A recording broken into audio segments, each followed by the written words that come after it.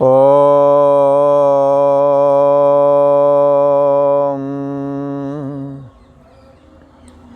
श्री योग वासिष्ठ के उत्पत्ति प्रकरण में श्री वशिष्ठ जी महाराज बोले, हे राम जी, अविद्यमान इस अविद्या ने सारे जगत को अपने बस में कर रखा है।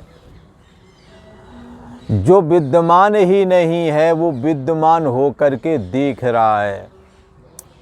जैसे ये ज़मीन आपसे पहले किसी और की थी, ये मकान किसी और का था, पर आज आपका लग रहा है, क्योंकि आपके किसी कागज़ में लिख दिया गया आपका नाम, आपके दिमाग में आ गया कि ये मेरी है। यद्यप कागज़ में लिख जाने से ज़मीन जहाँ की तहाँ ही रहती है, वो न इधर खसकती है ना ही उधर खसकती है, और ना ही रहने वाला कोई अमर हो जाता है।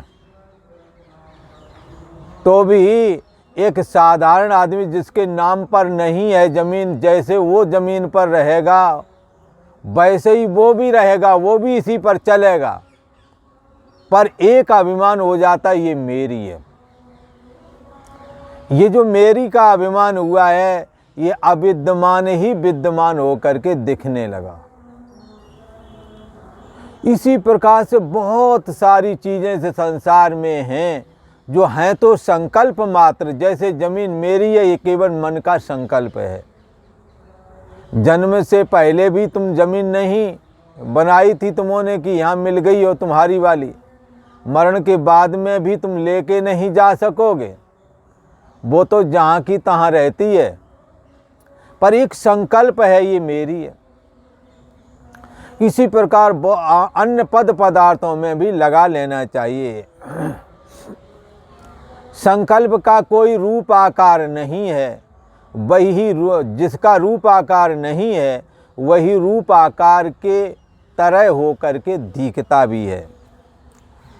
यहाँ राम जी कहते हैं कि हे भगवान, ये अविद्यमान जगत वज्र की तरह दृढ़ता पूर्वक सबको दिख रहा है और सुखी दुखी भी कर रहा है।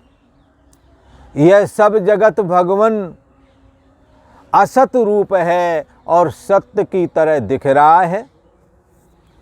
हे भगवान, इस संसार की नटनी जो ये माया है ना, जो माया सब जगह नचावा, जासु चरत लख काऊ न पावा। ये जो नटनी रूप माया है ना, जो सभी को नचाती है, इसका क्या रूप है? श्री वशिष्ठ जी महाराज से राम जी पूछ रहे हैं कि इस संसार की नटनी जो माया है, इसका क्या रूप है? और पूर्व में जो आपने हमें एक कथानक सुनाया था, एक घटना सुनाई थी और आपने बताया था कि तुम्हारे ही वंश में एक लवण नाम का राजा हुआ था, सूर्यवंश में ही, और उसने चांडाल की प्रतिभा को प्राप्त किया, अर्थात वो जीते जी चांडाल हो गया था और चांडाल के उसने सारे कर्म भी किए। भला ये जो चांडाल पना जो राजा लवण में आया, ये कैसे आ गया था? महापुण्यवान लवण राजा ऐसी बड़ी आपदा में कैसे फंस गया जा करके? और जो आपने बताया था कि राजा लवण के भरे दरबार में, जबकि दरबारी सभासद लोग बैठे हुए थे, भाट लोग राजा की स्तुति कर रहे थे, ऐसे समय में आपने बताया कि एक इंद्रजाली आया और इंद्रजाली ने आकर के कहा, हे राजन मेरी ओर देखो, और उसने मोर का पुच्छ उसकी आंखों के सामने यूं करके घुमाया। घुमाने के साथ ही उसका दिमाग और मन सब घूम गया और उसे कुछ का कुछ दिखने लगा। उसे लगा कि एक घोड़ा दरबार में आया है और उस घोड़े पर मैं बैठ गया और वो घोड़ा बड़े वेग से किले से बाहर निकला, फिर नगर से बाहर गया। फिर तो राजा की राजधानी जो थी उससे बाहर निकल गया और भयानक रेगिस्तान में ले गया, जहाँ कोई पेड़ आदि नहीं थे। और एक जगह वो घोड़ा राजा को छोड़ करके अदृश्य हो गया, गायब हो गया। ये सब क्या था? महापुण्यवान राजा लवण ऐसी आपदा को कैसे प्राप्त हुआ?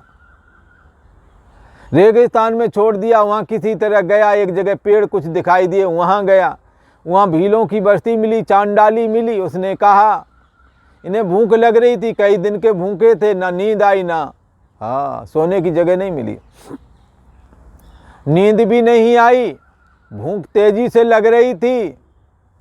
चांडाली के पास जामुन का रस था, जाम्बू नद। राजा कहने लगा, ये कुछ नहीं, जामुन का रस और चावल थे। राजा कहने लगा, ये मुझे भी दे दे, मेरे को बहुत भूख लग रही है। तब उन्होंने कहा, हम लोग चांडाल हैं और चांडालों के काम बड़े विचित्र होते हैं, तुम्हें हमारे से संपर्क नहीं करना चाहिए, हमारा खाना नहीं खाना चाहिए, और हम बगैर मतलब के कुछ किसी को देते लेते भी नहीं हैं। यदि तुम हमारे को इसकी कीमत दो तो मैं तुम्हें ये जामुन का रस और चावल दे दूंगा। तब राजा लवण ने कहा, तेरी क्या कीमत है, जो बता, मेरे पास इस समय कुछ नहीं है, फिर भी जो बता, यदि मैं दे सकूंगा तो दे दूंगा। तब उस चांडाली ने कहा कि तुम हमारे भर्ता बन जाओ, हमारे पति बन जाओ, यही कीमत है, तो हम तुम्हें इसमें से आधे चावल और आधा जामुन का रस तुझे दे दूंगी। तब राजा लवण को लगा, इसके साथ कौन विवाह करेगा, पर भूख तेज लग रही थी, उसके पीछे पीछे चले गए। अंततोगत्वा राजा को ये मानना पड़ा कि मैं तेरा घरवाला बन जाऊंगा, और फिर आधे चावल और जामुन का रस दिया। उसे खा कर के राजा ने भूख मिटाई। तभी वो चांडाली उस राजा को लेकर के और अपने पिता के पास ले गई, जो कि शमशान भूमि पर बैठा हुआ था, भस्मी रमाए हुए। उसने जाकर के अपने पिता से कहा, हे पिता, मैंने अपना ये भर्ता बना लिया है, ये हमें मिल गया है। राजा उसके पिता ने कहा, बहुत ठीक किया। फिर वो अपना वो जिसको भर्ता बनाया उस राजा को लेकर के अपने घर पर गई, वहाँ अपनी माँ को बताया। माँ ने कहा, बहुत बढ़िया किया, ब्याह नहीं करना पड़ेगा, अच्छा हुआ, दामाद तो ठीक लग रहा है, लंबा चौड़ा हट्टा कट्टा है, शिकार खूब खेलेगा, मजबूत इसका शरीर है।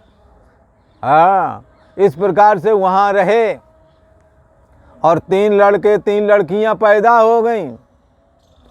और इसके बाद अकाल पड़ा। अकाल पड़ने के बाद में जब कुछ नहीं रखा, जंगल में सारे जानवर मार के खा गए लोग, जब कुछ नहीं रहा तो परदेश को गए, साथ में अपना परिवार ले गया। दरिद्री आदमी का परिवार के प्रति बड़ा मोह होता है। जैसे अतिशय धनाढ्य का जो पुरुष होते हैं उन्हें अपने परिवार का मोह होता है, ऐसे ही गरीब को भी और अतिशय मोह होता है। इसी के चलते वो अपने परिवार को लेकर के दूसरी जनपदों में दूसरे देश गया, और वहाँ जाकर के भी जब कुछ नहीं मिला, तब छोटा वाला पुत्र जो अतिशय प्रिय था, उसने कहा, हे पिता, मुझे कुछ खाने को दो, वरना मैं मर जाऊंगा। तब उसे के मुँह में पड़ कर के राजा लवण ने सोचा कि मैं कहाँ से इसे खाने के लिए दूं। तब राजा लवण ने उस अपने छोटे बेटे से कहा, जो अतिशय प्रिय था, कि हे पुत्र, मैं जलती हुई अग्नि में प्रवेश करता हूँ, और तुम हमारे मांस को बाद में खा जाना, क्योंकि और कुछ खाने का अब विकल्प नहीं रह गया। जब अग्नि में जलने लगा, तड़फड़ाया, उस समय उसकी चेतना पुनः राजा जो सिंहासन पर बैठा हुआ था ना, उसके आगे मोर का पुच्छ घुमाया था यूं यूं करके, तो जो 2 मुहूर्त के लिए बेहोश पड़ा था सिंहासन पर, वो जाग गया, चेतना आ गई वापस।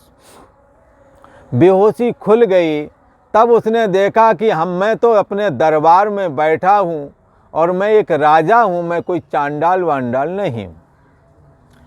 ऐसा उसने देखा, ये इंद्रजाली की माया कहलाती है। उसने ये सब दिखा दिया। ये इंद्रजाली और यहाँ के भी खेल दिखाने वाले, वो भी तरह तरह के इंद्रजालिक जगत को बना करके दिखा देते हैं। उसी को राम जी कह रहे हैं कि हे भगवान, महापुण्यवान लवण राजा ऐसी आपदा को कैसे प्राप्त हुआ। और इंद्रजाली जिसने भ्रम दिखाया था वो कौन था, क्यों आया था दरबार में? वह कौन था कि उसको अपना अर्थ कुछ ना था, वो किस प्रयोजन से आया था और फिर वो कहाँ चला गया? और उसका अपना अर्थ कुछ ना था क्या? वो जो आया था घुमा के चला गया, उसका अपना कोई प्रयोजन तो होगा। और इस देही और देह का कैसे संबंध हुआ? इस देह में रहने वाला जीवात्मा चांडाल की देह में वो भी बगैर जन्म ग्रहण किए कैसे प्राप्त हो गया? तो उसका संबंध कैसे हुआ? और शुभ अशुभ कर्मों के फल वो कैसे भोगने लगा, जबकि इसका शरीर तो सिंहासन पर पड़ा हुआ था। 2 मुहूर्त के लिए मूर्छा आई थी और उस मूर्छा के चलते उसने इतना बड़ा दृश्य जगत का भ्रम देखा और चांडाल होने का, अपने को बहुत बड़ा एक चंडाल होने का भ्रम देखा था। मैं चांडाल हो गया हूँ, चांडाली से विवाह हो गया है, ऐसा देखा था राजा ने। मेरे 3 बच्चे, 3 बच्चियाँ, 6 संतानें हो गई हैं। अकाल देखा, बड़े बड़े दुख दरिद्रता देखी, बड़े जघन्य पाप में कृत्य किए, जानवरों की हिंसा की, ये सब दिखाई दिया था। तो अशुभ अशुभ कर्मों के फल ये कैसे भोगता है? शरीर तो वहाँ पड़ा रहा, अचानक उसे चांडाल की प्रतिभाभास आई और वो चांडालों के यहाँ चला गया, वो ब्याह भी हो गया। ये सब क्या है? इतने प्रश्नों का उत्तर मेरे बोध के निमित्त हे भगवान दे दीजिए। श्री राम जी कहते हैं कि हे भगवान, हमारे प्रश्नों का उत्तर दो। जब जन्म ग्रहण करता ही तब ही दूसरा शरीर मिलता है, परंतु राजा लवण बेहोश हो गया मोर पुच्छ घुमाने से, और बेहोशी हालत 2 मुहूर्त तक रही। उस 2 मुहूर्त के अंतर्गत उसने जाकर के जंगली इलाकों में चांडालों की प्रतिभा फुरने की वजह से उसने अपने को मैं चांडाल हूँ ऐसा देखा, विवाह किया, बच्चे हो गए, ये सब हो गया, वो भी जन्म ग्रहण किए बगैर। और ये शरीर यहीं पड़ा रहा। वो शरीर कौन था? जिसने चांडाली के साथ विवाह किया, वो शरीर कौन था? और ये शरीर के कर्म यदि कहें तो उस शरीर में उसने क्यों भोगे? उस शरीर ने तो कर्म किया नहीं था। कर्म तो इस शरीर ने किया जो सिंहासन पर 2 मुहूर्त तक लेटा रह गया था बेहोशी हालत में। इतने प्रश्नों का उत्तर मेरे बोध के निमित्त हे भगवान, इन प्रश्नों का उत्तर दे दीजिए।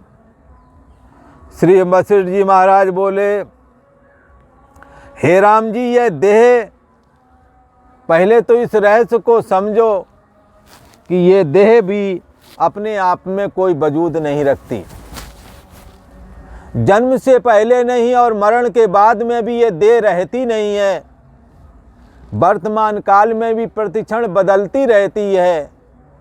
इस देह में रहने वाला देही आत्मा अविनाशी है। ऐसा आत्मा सब में एक जैसा है, समरूप है।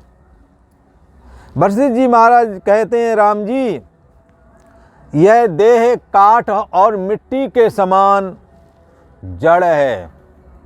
जैसे लकड़ी, कटी हुई लकड़ी पड़ी है, उसमें कुछ चेतना नहीं है।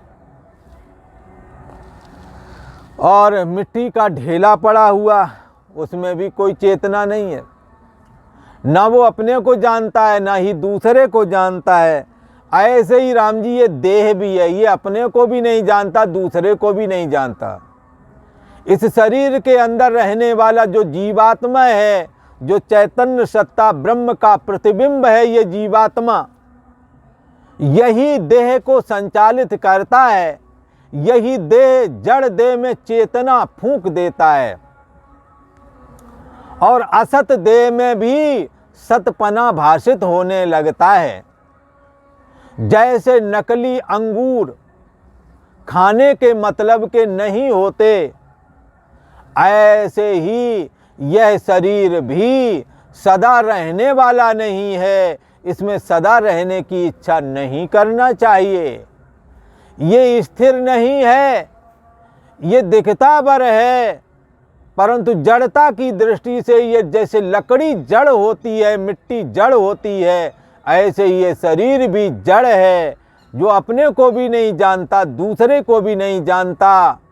मरण और मूर्छा के समय में ये शरीर न तो अपने को जानता, न दूसरे को जानता। इसमें रहने वाला जो ब्रह्म चेतना का, आत्म सत्ता का जो प्रतिबिंब, सोने जागने वाली जो चेतना है, इसी को जीव चेतना भी बोलते हैं। यही जब इस शरीर में प्रविष्ट होती है, तब ये शरीर चैतन्य हो जाता है, ज्ञान उत्पन्न हो जाता है, सत्य लगने लगता है, प्रिय लगने लगता है, क्योंकि इसमें सच्चिदानंद ब्रह्म का प्रतिबिंब जो आ गया। जैसे सुराही में पानी भर देने से अंदर के पानी की ठंडकता सुराही की सतह पर भी आ जाती है, ऐसे ही चैतन्य आत्मा का प्रतिबिंब रूप ये सोने जागने वाली चेतना, यही जीव चेतना है। यही इस जड़ शरीर को चेतन बना देता है। वरना लकड़ी और मिट्टी जैसे जड़ होती है, वैसे ही ये देह भी जड़ है, ऐसा धारण करना चाहिए। और जड़ शरीर अपने को भी नहीं जानता और दूसरे को भी नहीं जानता, ऐसे ये शरीर भी नहीं जानता। तो जैसे स्वप्न में चित्त के फुरने से देह भासता है, स्वप्न में जैसे चित्त के फुरने से स्वप्न भासता है, वैसे ही ये देह भी भाषित हुआ है, ऐसा समझना चाहिए। और आज इतना ही। आगे का प्रसंग आपको आगे वाले एपिसोड में सुनने को मिलेगा। राजा लवण को दूसरी देह कैसे भाषित हुई, ये आप आगे वाली एपिसोड को सुन करके जानेंगे। आज इतना ही।